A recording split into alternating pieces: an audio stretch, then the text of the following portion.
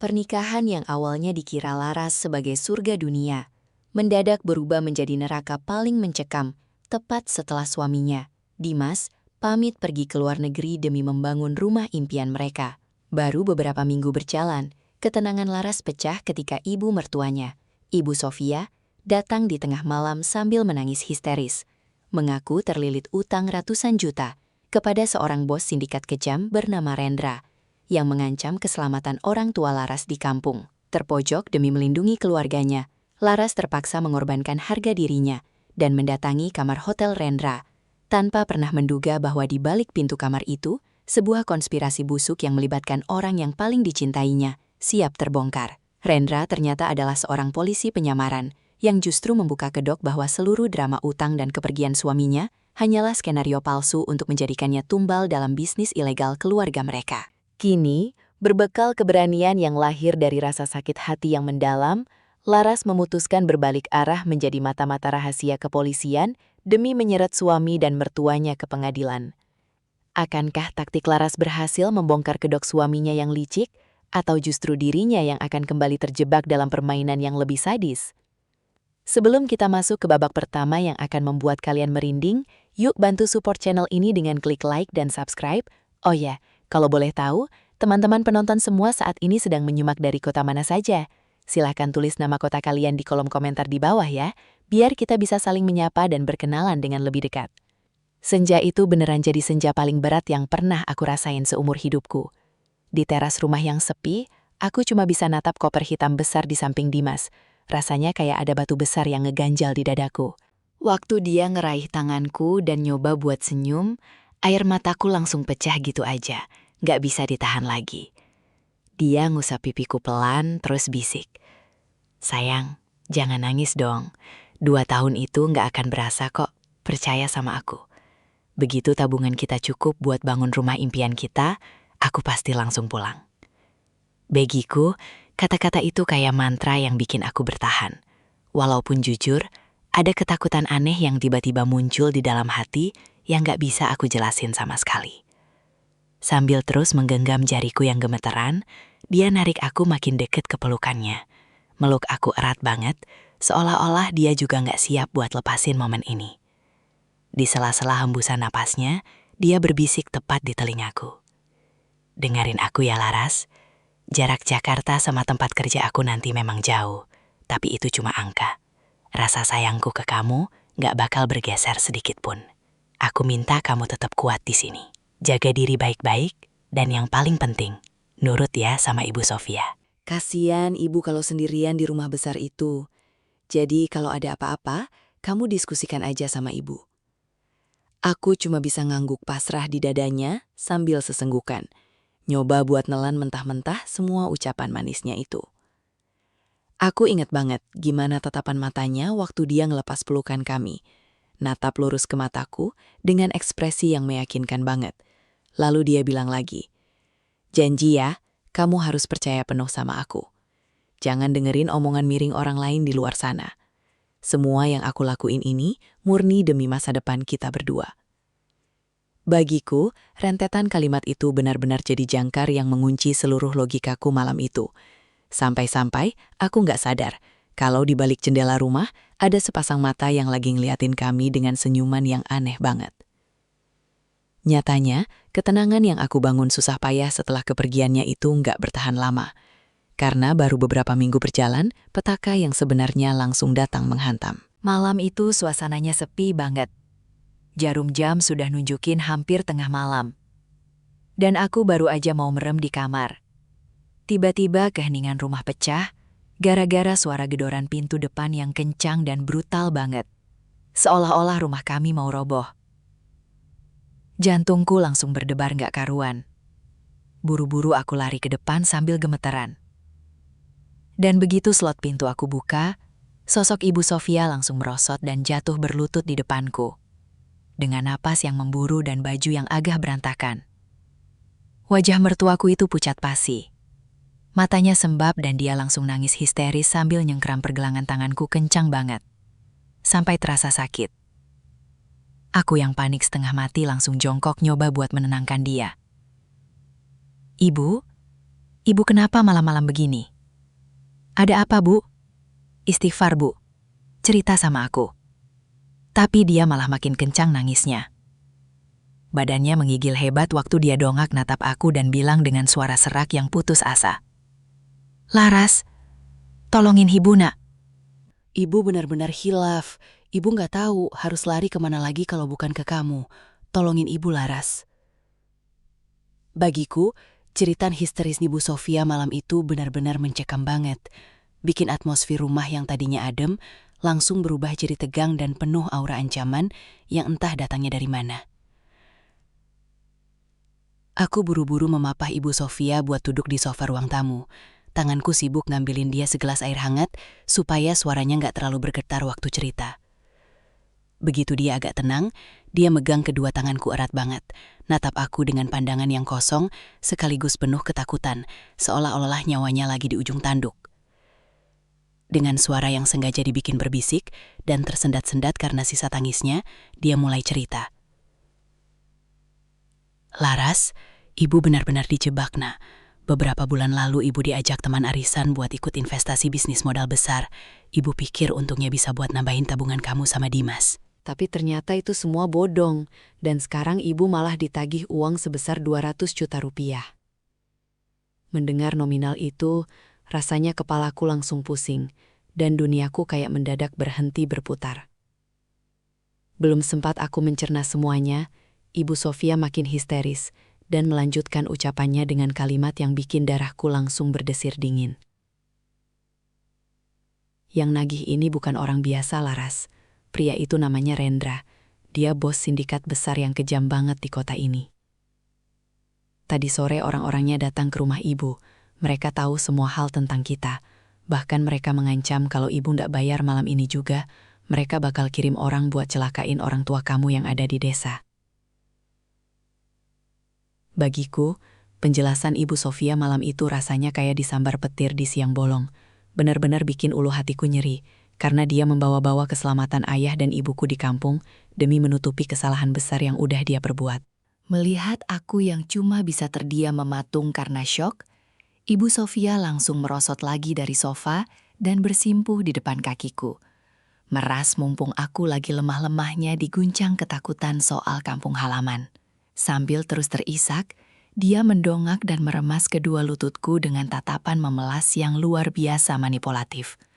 Lalu dia berbisik setengah meratap. Laras, Ibu mohon, cuma kamu yang bisa selamatin kita semua sekarang. Rendra itu mau dengerin penjelasan, tapi dia nggak mau ketemu Ibu lagi.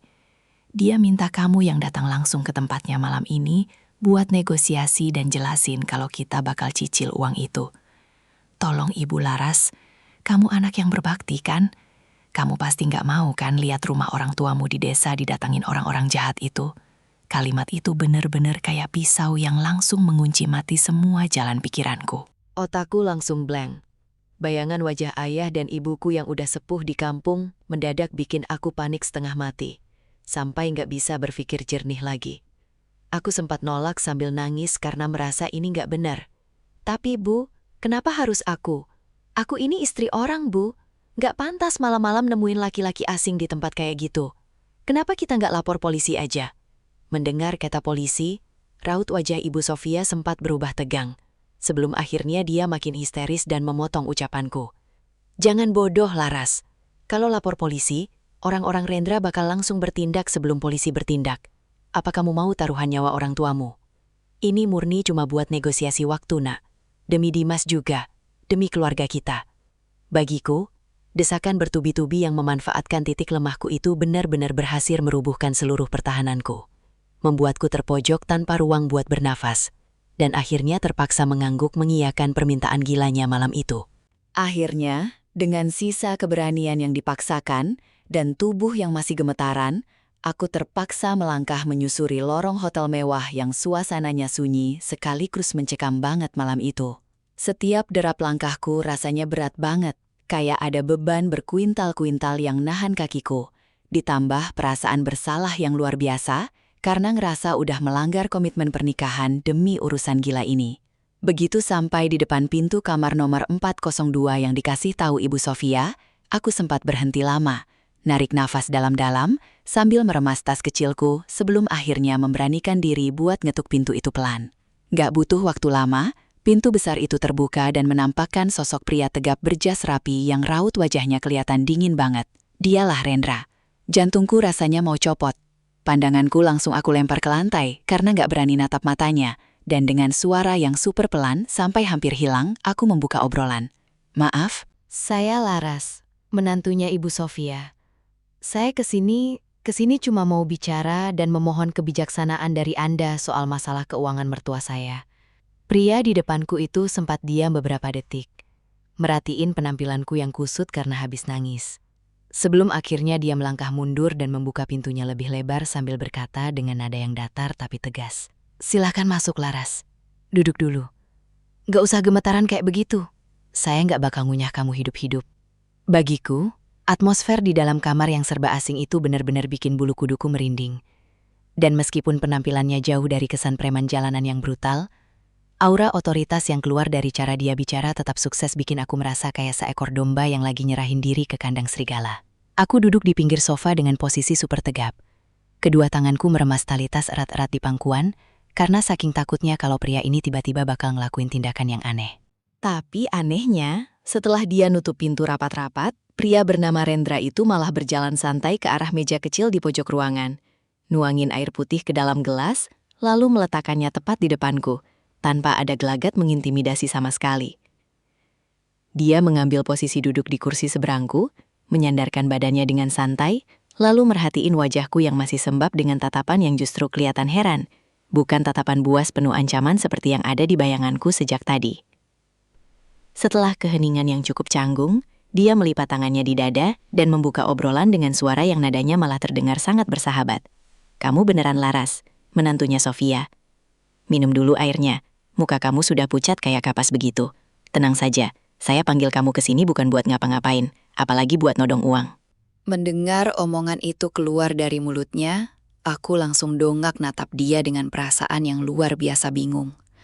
Sampai-sampai rasa takutku mendadak tergantikan sama rasa heran yang besar. Aku memberanikan diri buat bertanya dengan suara yang masih agak terbata-bata. Maksud Anda bagaimana? Mertua saya bilang Anda bos besar yang berbahaya, dan Anda mengancam keselamatan keluarga saya di kampung kalau uang 200 juta itu tidak ada malam ini. Pria itu malah tersenyum tipis. Sebuah senyuman yang kelihatan tulus sekaligus menyimpan rasa kasihan waktu dia ngeliat kepolosanku. Lalu dia menggelengkan kepalanya perlahan sambil berkata, ternyata tebakan saya benar, kamu cuma korban kelicikan dia. Laras, dengerin saya baik-baik ya. Saya ini bukan rentenir jahat. Dan saya sama sekali tidak pernah mengirim orang ke desa kamu, apalagi tahu alamat orang tua kamu. Bagiku, bantahan yang keluar dari mulut Rendra malam itu benar-benar kayak ngebuka sebuah tirai misteri baru. Membuatku tersadar kalau ada sesuatu yang jauh lebih besar dan mengerikan yang sedang disembunyiin oleh Ibu Sofia di belakang punggungku. Mendengar ucapan Rendra yang di luar dugaan itu, aku cuma bisa melongo dan ngerasa makin linglong. Sampai-sampai gelas air di depanku sama sekali nggak berani aku sentuh. Rendra kemudian merogoh saku jasnya, mengeluarkan sebuah dompet kulit kecil, lalu membukanya dan menunjukkannya tepat di depan mataku, sebuah lencana resmi kepolisian yang berkilau di bawah lampu kamar hotel. Jantungku langsung mencelos waktu dia menatapku dengan sorot mata yang mendadak berubah sangat serius dan penuh wibawa. Lalu dia berbisik dengan nada yang dijaga agar tidak terdengar sampai luar ruangan. Nama asli saya Inspektor Rendra Laras. Saya adalah petugas penyamaran dari unit khusus kepolisian yang sudah berbulan-bulan melacak pergerakan sindikat penipuan dana ilegal dan pencucian uang di kota ini. Mertua kamu, Ibu Sofia, bukan sedang dikejar rentenir. Tapi dia adalah salah satu oknum pencari keuntungan di lapangan yang bertugas mencari target. Aku langsung menggelengkan kepala dengan cepat, mencoba menolak kenyataan pahit itu karena rasanya terlalu gila untuk dipercaya. Lalu aku memotong ucapannya dengan suara yang meninggi karena panik. Nggak mungkin, Anda pasti bohong kan? Ibu Sofia itu mertua aku. Dia datang sambil menangis histeris ke rumah. Nggak mungkin dia tega mengarang cerita fiktif sekejam itu sampai membawa-bawa keselamatan orang tua aku. Rendra tidak terpancing emosi sama sekali mendengarkan bantahanku. Dia cuma menghela napas panjang, lalu menyodorkan sebuah map dokumen ke arahku, sambil berkata dengan nada yang sangat tegas, namun terselip rasa empati. Saya tahu ini berat buat kamu, tapi ini fakta hukumnya. Sofia sengaja memakai kedok korban investasi bodong supaya bisa memanipulasi kamu. Dia butuh umpan baru untuk menutupi jejak aliran dana ilegalnya, dan dia memanfaatkan ketakutan serta kepolosan kamu sebagai jalan keluar.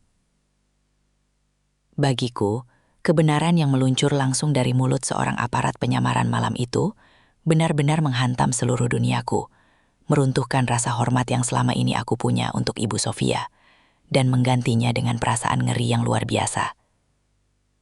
Dengan tangan yang gemetaran parah, aku ngeraih map dokumen yang disodorin Rendra dan mulai ngebuka lembaran di dalamnya satu persatu.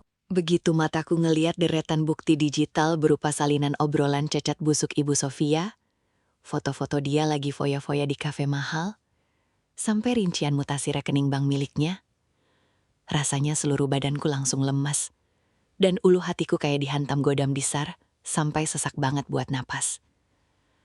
Di situ tertulis jelas banget gimana teganya dia merencanakan skenario palsu ini. Bahkan ada kalimat di mana dia sengaja milih aku, karena aku dianggap gampang ditakut-takuti dan gak bakal berani ngelawan. Air mataku langsung tumpah deras, meluber ke kertas-kertas itu.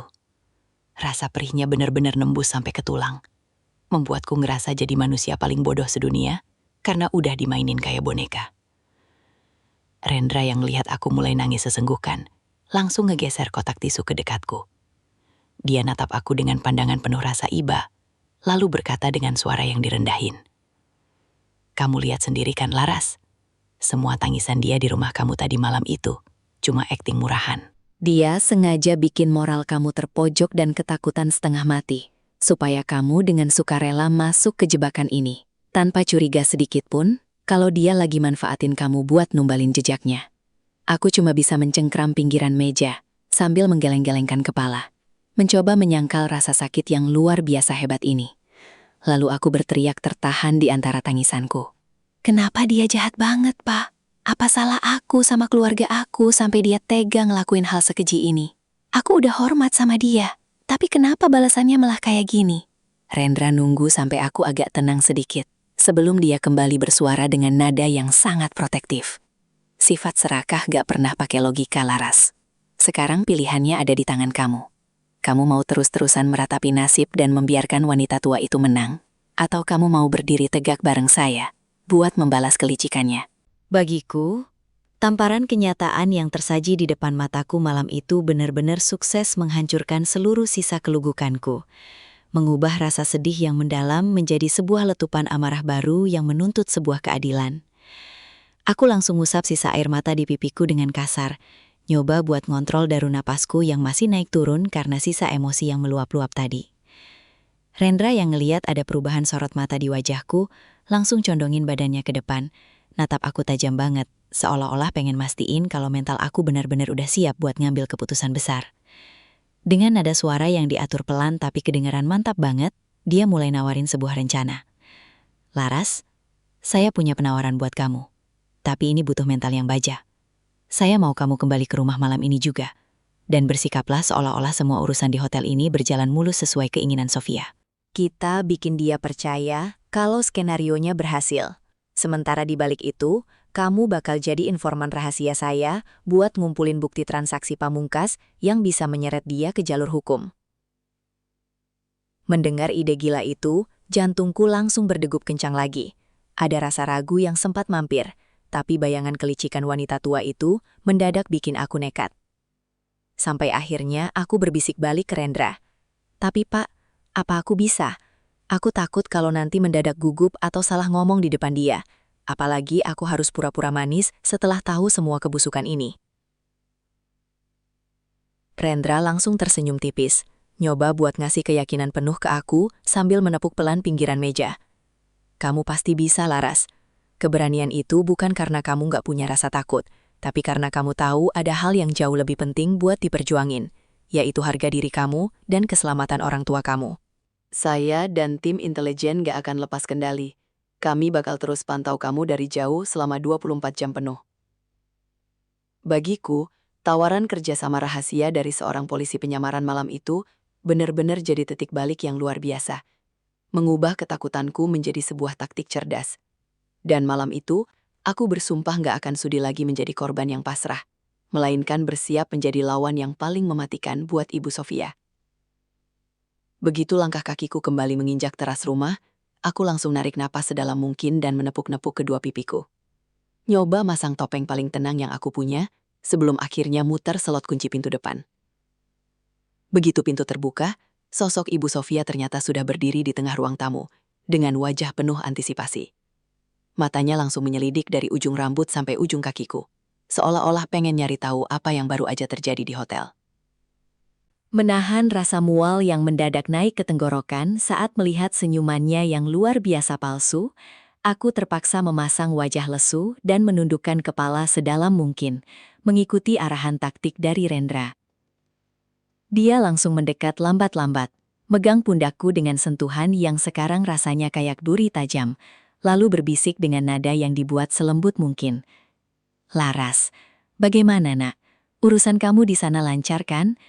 Pria bernama Rendra itu, dia setuju kan buat gak mengganggu keluarga kita lagi?" Aku memaksakan sebuah anggukan kecil, meremas ujung bajuku biar aktingku kelihatan kayak orang yang masih tertekan, lalu menjawab dengan suara yang agak parau. "Sudah lunas semua urusannya, Bu. Dia bilang asal aku mau datang menjelaskan semuanya malam ini, dia anggap masalah dana itu selesai, dan orang-orangnya gak akan pernah mendatangi rumah Bapak di desa." Mendengar kalimat itu keluar dari mulutku, raut wajah Ibu Sofia mendadak berubah drastis, menjadi benderang. Dia langsung melepas napas lega yang panjang banget dan meluk aku erat-erat, sambil menepuk-nepuk punggungku. Seolah-olah dia adalah seorang ibu mertua malaikat yang baru saja lolos dari lubang jarum bersama menantunya. Sambil melepas pelukannya, dia menatapku dengan mata yang berbinar penuh kepuasan terselubung dan berkata, "Aduh, alhamdulillah Laras, Ibu tahu kamu itu anak yang bisa diandalkan. Sekarang semuanya sudah beres. Kita bisa tidur nyenyak tanpa perlu mengkhawatirkan apa-apa lagi." Bagiku, menyaksikan sandiwara busuk yang dia mainkan dengan begitu sempurna malam itu, benar-benar bikin bulu kudukku merinding. Sekaligus, makin memantapkan niatku di dalam hati. Kalau aku akan menikmati setiap detik proses kejatuhan wanita tua ini lewat tanganku sendiri. Hari-hari setelah malam itu benar-benar jadi ujian mental paling gila yang harus aku lewatin. Karena setiap sudut rumah rasanya mendadak berubah jadi panggung sandiwara yang sangat melelahkan. Aku terpaksa harus terus masang wajah biasa aja, masak di dapur, dan ngelayanin Ibu Sofia kayak menantu yang berbakti. Padahal telingaku selalu aku pasang tajam-tajam buat nguping setiap gerak-geriknya. Ponsel cadangan yang dikasih Rendra selalu standby di dalam saku celemeku. Siap merekam suara kapanpun wanita tua itu mulai kasakusuk menelpon komplotannya. Suatu pagi, pas aku lagi pura-pura sibuk ngelap kaca lemari pajangan di dekat ruang tengah, aku ngeliat dia duduk di sofa sambil bisik-bisik teleponan dengan suara yang agak ditekan. Gelagatnya mencurigakan banget. Aku langsung melangkah pelan tanpa suara ke balik tirai pembatas ruangan, nahan nafas, dan mulai mengaktifkan perekam suara pas dengar dia bilang, "Iya Amara, umpan yang kemarin sukses besar. Dia polos banget, jadi gampang dikendalikan. Sekarang kita tinggal atur waktu buat ketemuan sama Gavin buat oper sisa dananya. Tapi ingat, bagi hasilnya harus sesuai kesepakatan awal ya." Rasanya darahku langsung mendidih sampai ke ubun-ubun dengar omongan itu. Tapi aku berusaha sekuat tenaga buat nggak ngebanting barang di dekatku demi menjaga kerahasiaan taktik kami. Begitu dia menutup teleponnya dan berbalik, dia kaget ngelihat aku sudah berdiri agak dekat sambil megang kain lap. Raut mukanya sempat tegang sebentar sebelum akhirnya dia masang senyum ramahnya lagi dan bertanya, "Laras, sejak kapan kamu di situ, Nak?" "Kaget, Ibu, kamu nggak ada suaranya." Aku langsung memaksakan senyum paling lugu yang aku punya, menunduk sedikit, lalu menjawab dengan nada sewajar mungkin. Ini baru aja selesai ngelap bagian pojok, Bu. Ibu mau aku buatin teh hangat atau mau makan siang sekarang?" Dia langsung mengibaskan tangannya sambil jalan buru-buru ke kamarnya. Nggak usah. Ibu mau istirahat saja di kamar. Kamu lanjutin aja kerjamu ya. Bagiku, keharusan buat hidup satu atap dan bersikap manis di depan orang yang udah menumbalkan hidupku demi uang, benar-benar menguras seluruh energi batin. Tapi, setiap rekaman suara yang berhasil aku kirim ke Rendra, jadi asupan semangat baru yang bikin aku tetap bertahan di permainan berbahaya ini. Kesempatan emas yang aku tunggu-tunggu akhirnya datang juga di suatu siang. Pas Ibu Sofia pamit pergi agak lama buat menghadiri acara arisan sosialitanya di pusat kota. Begitu suara mesin mobilnya terdengar menjauh dari pagar depan, aku langsung mengunci pintu rumah rapat-rapat. Ngerasa jantungku mendadak berdegup 2 kali lebih kencang, karena tahu ini saatnya aku bertindak lebih jauh. Aku langsung melangkah cepat menuju kamar pribadinya yang selama ini selalu terkunci rapat. Tapi untungnya hari itu dia ceroboh, meninggalkan kunci cadangannya di atas meja rias luar. Dengan tangan yang sedikit gemetaran karena takut dia tiba-tiba putar balik, aku membuka pintu kamar itu dan langsung fokus nyari ke tempat paling tersembunyi. Sampai pandanganku tertuju pada sebuah kotak keramik kecil yang diselipin di bawah tumpukan baju dalam lemari pakaiannya. Pas kotak itu berhasil aku tarik keluar dan aku buka gembok kecilnya pakai jepit rambut, mataku langsung membelalak sempurna. Dan rasanya seluruh pasokan oksigen di sekitarku mendadak hilang waktu melihat isi di dalamnya. Di antara tumpukan perhiasan imitasi, ada sebuah buku tabungan atas nama orang lain dan sebuah amplop coklat tebal yang begitu aku buka, isinya adalah dokumen penting milik Dimas yang sangat aku kenal. Aku langsung terduduk lemas di lantai kamar yang dingin sambil membekap mulutku sendiri. Air mataku menetes tanpa suara pas ngelihat paspor asli dan lembaran tiket perjalanan atas nama suamiku masih tersimpan rapi di sana. Bahkan stempel pembatalannya tercetak jelas banget dengan tanggal yang persis sama dengan hari kepergiannya dulu. Bagiku, penemuan lembar rahasia di dalam kotak tersembunyi itu benar-benar jadi sebuah tamparan paling brutal yang menghancurkan sisa-sisa harapanku. Karena fakta di depan mataku ini membuktikan kalau kebohongan di dalam rumah ini ternyata jauh lebih berakar dan melibatkan orang yang paling aku percayai di dunia ini. Aku masih terduduk lemas di lantai, menatap lembaran kertas pembatalan itu dengan pandangan kosong, sementara air mataku terus mengalir tanpa bisa dibendung lagi. Di tengah rasa syok yang luar biasa, ponsel cadangan di saku celemeku tiba-tiba bergetar, menampilkan nama Rendra di layarnya. Dengan suara yang gemetaran parah dan napas yang sesak, aku langsung mengangkatnya. Pak Rendra, aku nemuin sesuatu yang gila di kamar Ibu Sofia. Dokumen perjalanan suamiku ada di sini. Semuanya dibatalkan sejak hari pertama. Di seberang telepon, suara Rendra terdengar sangat tenang namun tegas. Nyoba buat narik aku kembali ke realita. Laras, dengarkan saya. Tarik napas dalam-dalam, tenangkan diri kamu. Ini artinya, kepergian suamimu ke luar negeri itu cuma skenario buatan mereka, agar dia bisa bergerak bebas mengelola dana ilegal di tempat lain tanpa dicurigai oleh kamu atau hukum. Kalimat Rendra itu kayak hantaman godam yang langsung memecahkan seluruh sisa dinding penyangkalan di dalam hatiku. Pria yang selama ini aku tunggu, yang janjinya selalu aku pegang erat-erat, ternyata tega menjadikan pernikahan kami sebagai tameng kriminalnya. Aku mencengkram paspor itu sampai agak lecek, menahan pekikan histeris di tenggorokan sambil berbisik lirih. Jadi selama ini aku sendirian di rumah ini bukan karena dia sedang berjuang, tapi karena aku sedang dikebiri informasinya oleh suami dan mertuaku sendiri, Pak. Mereka sekongkol. Rendra menghela napas panjang di ujung telepon sebelum menjawab dengan nada penuh kepedulian. Benar, Laras. Kebohongan mereka sudah terstruktur rapi. Tapi sekarang bukan waktunya buat runtuh. Simpan kembali semua dokumen itu ke tempat semula. Jangan sampai ada jejak. Kita sudah punya semua kepingan teka-tekinya. Dan sebentar lagi kita akan buat mereka membayar setiap air mata yang kamu keluarkan. Bagiku, kenyataan pahit yang mengonfirmasi bahwa suamiku adalah bagian dari dalang penderitaanku benar-benar mengubah seluruh rasa cintaku menjadi ruang hampa yang dingin, menyisakan sebuah tekad bulat untuk menuntaskan permainan ini bersama kepolisian, sampai ke akar-akarnya. Sesuai instruksi Pak Rendra, aku buru-buru merapikan kembali kotak rami itu, menguncinya, dan meletakkannya persis di posisi semula sebelum melangkah keluar kamar dengan jantung yang masih berdegup kencang. Begitu aku sampai di kamarku sendiri, sebuah pesan teks masuk dari nomor rahasianya, memintaku untuk bersiap karena tim intelijen baru saja menyadap obrolan mendesak antara Ibu Sofia dan rekan bisnisnya. Aku langsung menelpon Rendra kembali lewat ponsel cadangan, mencoba menahan getaran di suaraku saat bertanya, "Pak, apa ada pergerakan baru dari mereka setelah panggilan tadi pagi?" Suara Rendra terdengar sangat fokus di seberang sana. "Laras, ini momentum yang kita tunggu. Ibu Sofia baru saja mengonfirmasi jadwal pertemuan rahasia dengan Gavin nanti malam di sebuah villa terpencil di daerah Puncak. Transaksi itu dilakukan untuk menyerahkan sisa dana ilegal yang selama ini mereka putar, dan mertuamu akan membawa seluruh dokumen aslinya ke sana." Mendengar kata villa terpencil, bulu kuduku langsung merinding seketika, membayangkan resiko apa yang akan aku hadapi kalau aku harus ikut masuk ke dalam sarang mereka. Aku meremas pinggiran ranjang sambil berbisik. "Lalu, apa yang harus aku lakukan sekarang, Pak? Apakah aku harus mencari alasan agar bisa ikut dengannya, atau menunggu instruksi dari tim Anda?"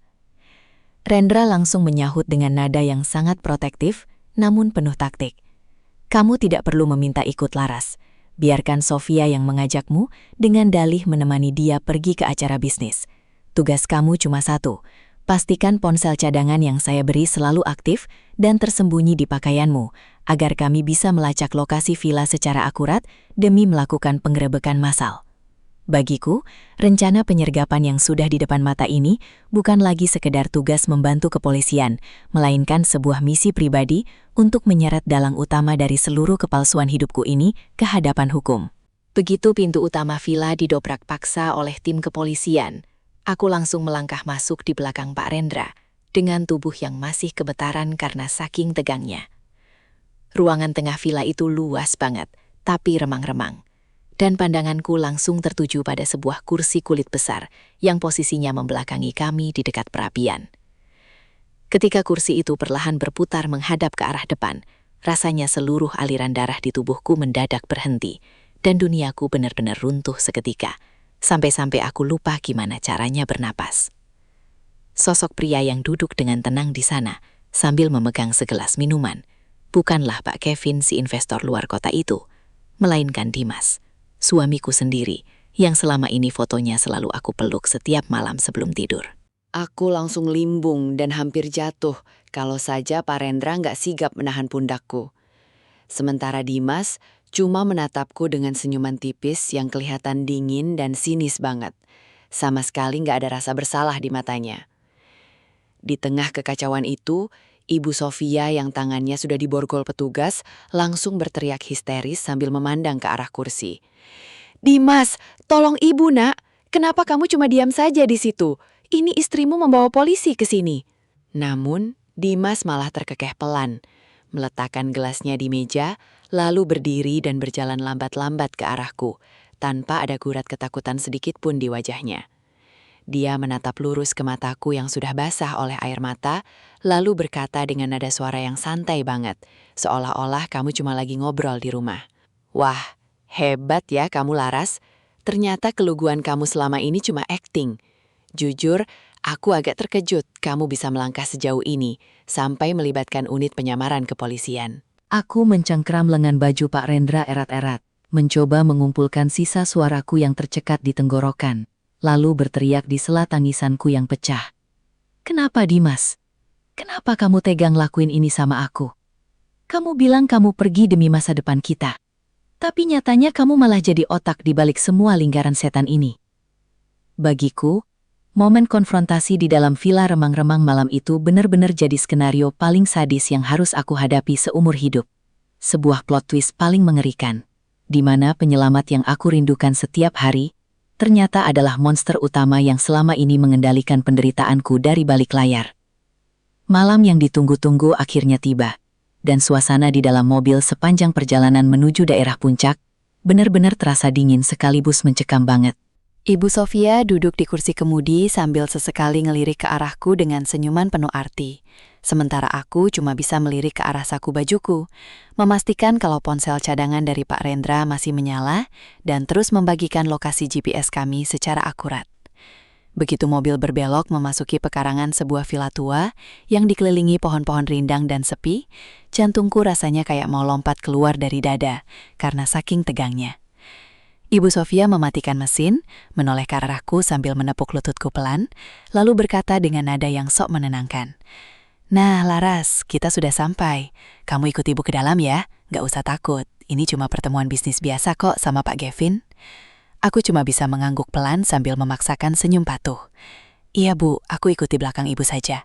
Begitu kami melangkah masuk ke dalam teras villa yang remang-remang itu, suasana sunyinya mendadak pecah karena dari arah belakang semak-semak, beberapa mobil hitam tanpa lampu langsung melaju cepat dan mengepung seluruh area pekarangan.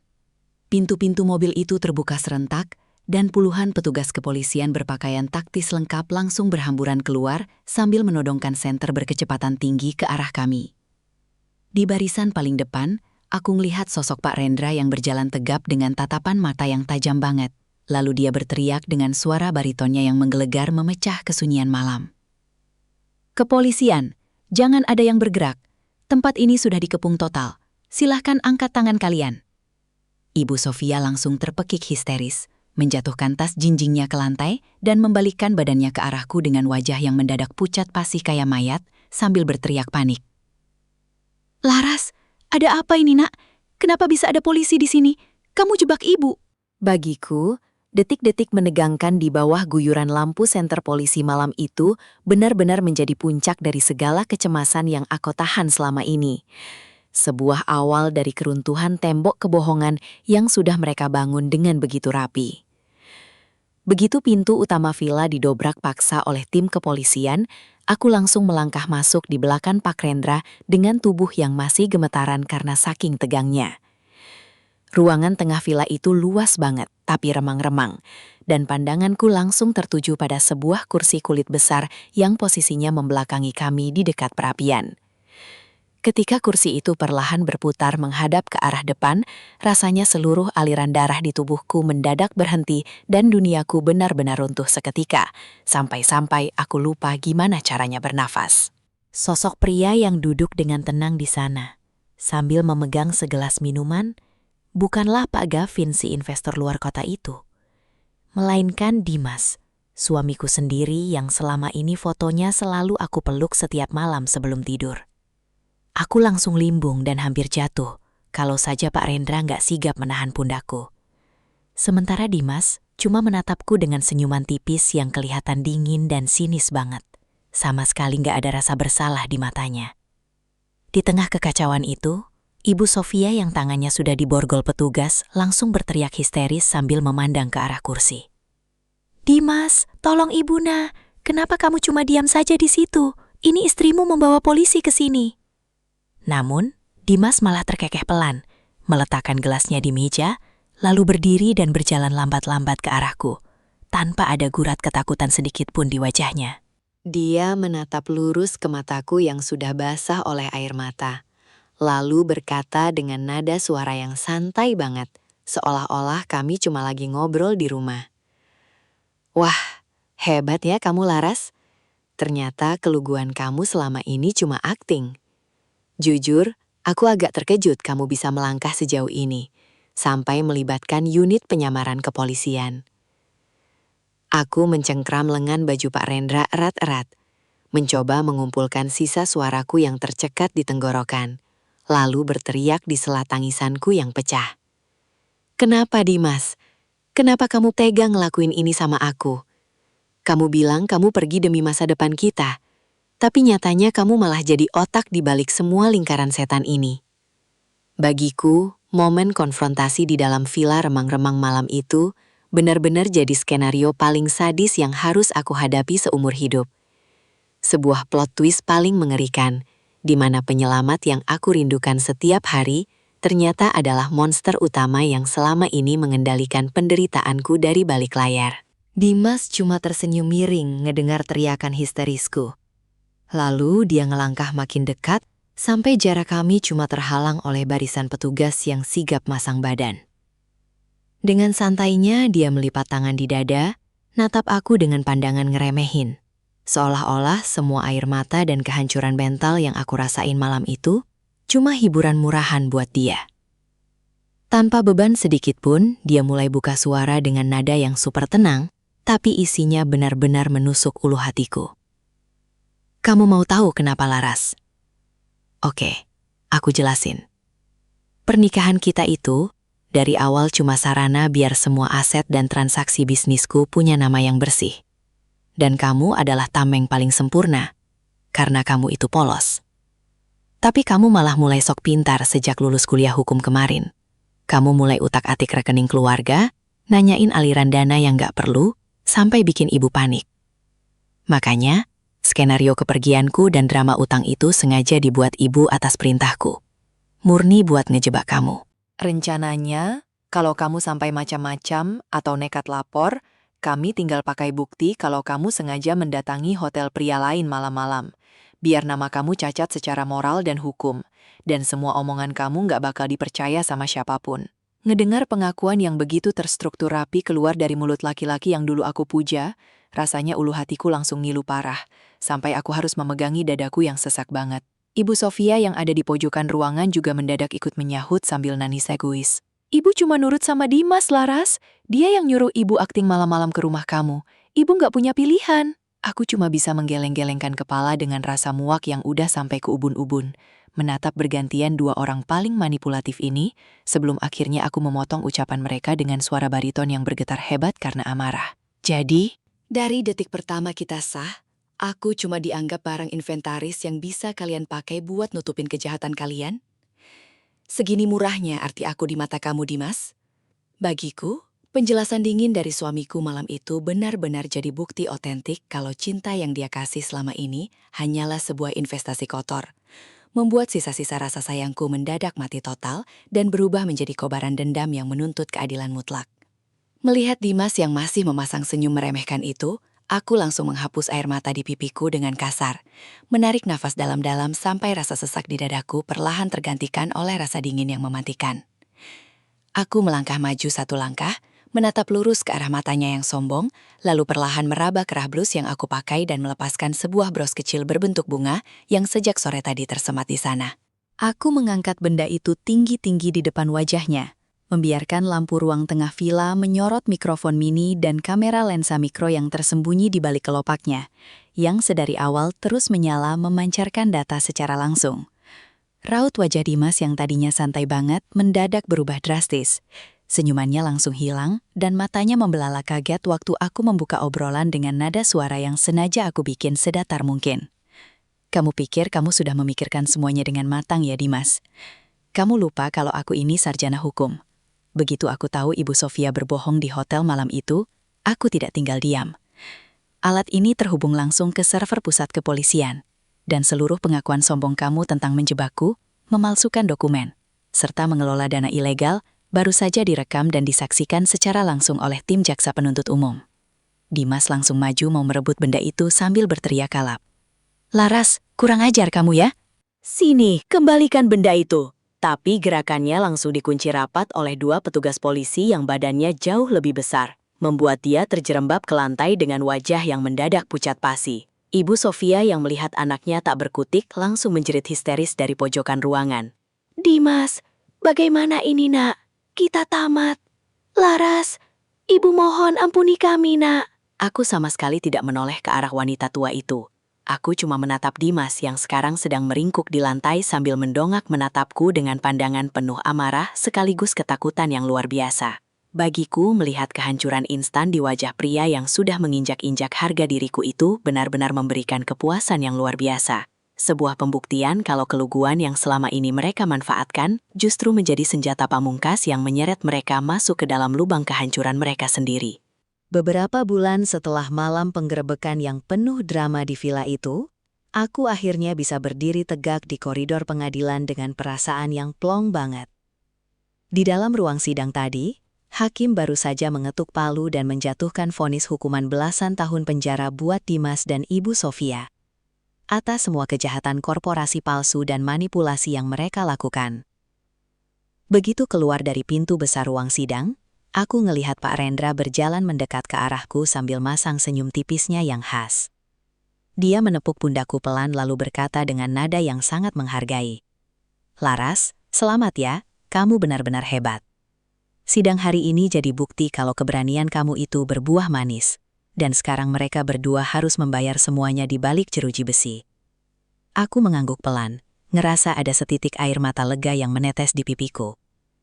Bukan karena sedih, tapi karena ngerasa beban berat yang selama ini mengikat pundakku akhirnya lepas total.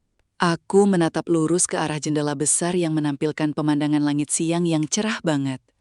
Lalu menyahut ucapan Pak Rendra dengan suara yang mantap. Terima kasih banyak ya Pak. Kalau bukan karena arahan dan bantuan dari tim Anda malam itu, aku mungkin masih jadi wanita bodoh yang terkurung dalam kepalsuan mereka. Tapi sekarang, semuanya sudah selesai. Pak Rendra sempat diam sebentar sebelum akhirnya dia menjabat tanganku erat-erat dan bilang, "Langkah kamu ke depan masih panjang, Laras. Gunakan ilmu hukummu buat hal-hal besar di luar sana. Bantu orang-orang yang juga terjebak dalam ketidakadilan." Kalimat itu benar-benar nancep di hatiku. Bikin aku makin yakin kalau kejadian ini bukan akhir dari segalanya, melainkan sebuah babak baru buat aku menata ulang masa depanku. Bagiku, melangkah keluar dari gedung pengadilan hari itu sambil menghirup udara bebas, tanpa ada lagi bayang-bayang kebohongan dari orang terdekat, benar-benar rasanya luar biasa nikmat. Dan, dengan kepala tegak, aku siap menyambut lembaran hidup yang baru, yang jauh lebih bersih dan jujur.